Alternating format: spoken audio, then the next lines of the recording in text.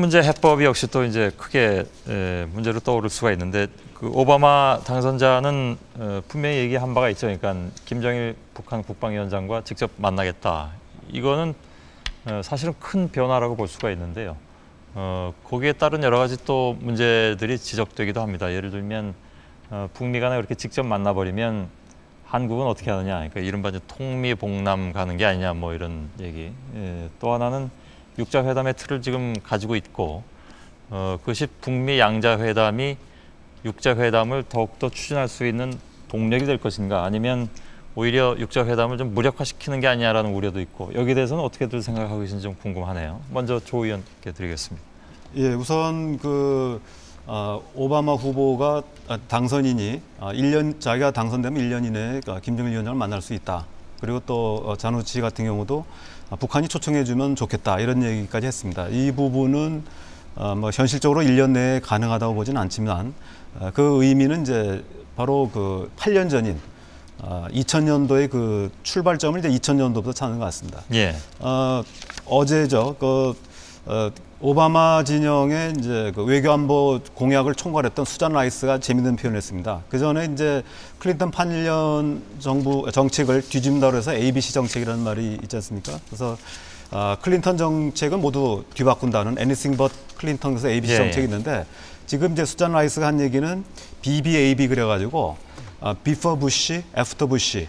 그래서 모든 정책은 부시 이전과 지금부터 새로 시작하는 애프터 부시, 다시 말하면 부시 8년간은 없다.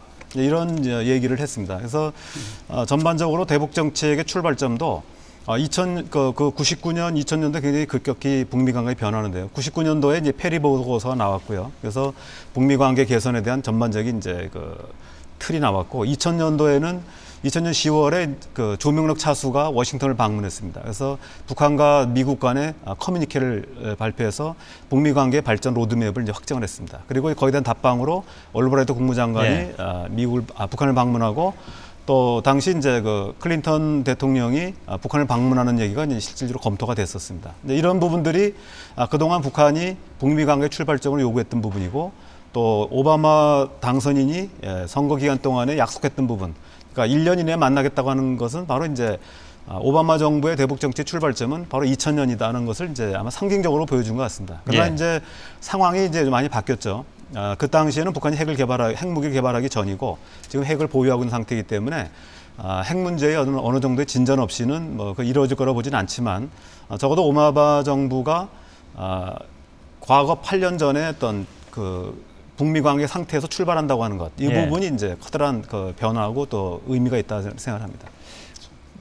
우리 정부의 대응이 그렇다면 궁금해질 수밖에 없는데 어떻게?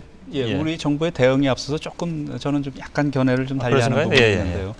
사실은 지금 오바마 정부의 어떤 대북 정책, 핵 정책이 이제 굉장히 유화적일 것이다. 그래서 뭐 북미 대화 일변도 또는 뭐 정상회담까지 간다. 그래서 그런 상당히 좀 유화적인 측면을 우리가 상당히 많이 보고 있는데 사실은 그 반대의 측면이 상당히 우리가 좀 봐야 된다고 생각합니다. 왜냐하면은 오바마 후보가 후보 시절에 얘기했던 것이 상당히 모순되는 얘기가 많습니다. 직접 대화를 하겠다는 것을 굉장히 강조하면서도 다른 장소에서는 NPT를 위반한 국가에 대해서는 강력한 제재를 해야 된다는 얘기도 또 동시에 하고 있습니다.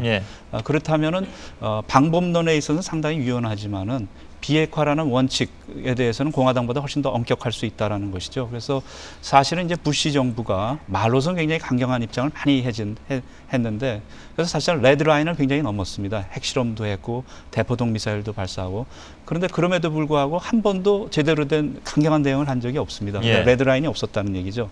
그런데 과거에 보면 클린턴 정부 같은 경우에는 말하자면 연료봉을 일방적으로 인출했을 때 군사행동까지 취하려고 했던 적이 있었습니다. 그래서 저희가 굉장히 그때 상당히 놀랐었던 적이 많이 있는데 나온 얘기지만 민주당이 정부였을 때 오히려 대외적으로 강경한 노선을 택한 적이 많았다는 얘기는 많이 나오지 않습니까? 네네. 근데 이제 핵 정책과 관련해서도 그래서 양면성이 있다. 그래서 대화를 굉장히 강조하면서 협상을 통한 해결을 모색하지만은 북한이 그것을 전략적으로 핵을 포기하지 않을 경우에는 굉장히 굉장히 강력한 쪽으로 흐를 가능성에 대해서도 우리가 대비할 필요가 있다고 예, 생각합니다. 지금 윤 박사님이 이제 오바마 당선인의 어떤 태도가 서로 모순된 태도를 보였다는데 사실 모순되는 게 아닙니다. 그러니까 기본적으로 그 민주당이 그 부시 행정부 8년 동안에 부시 행정부의 대북 정책을 비판했던 일관된 것은 뭐냐면 일단 협상을 해라.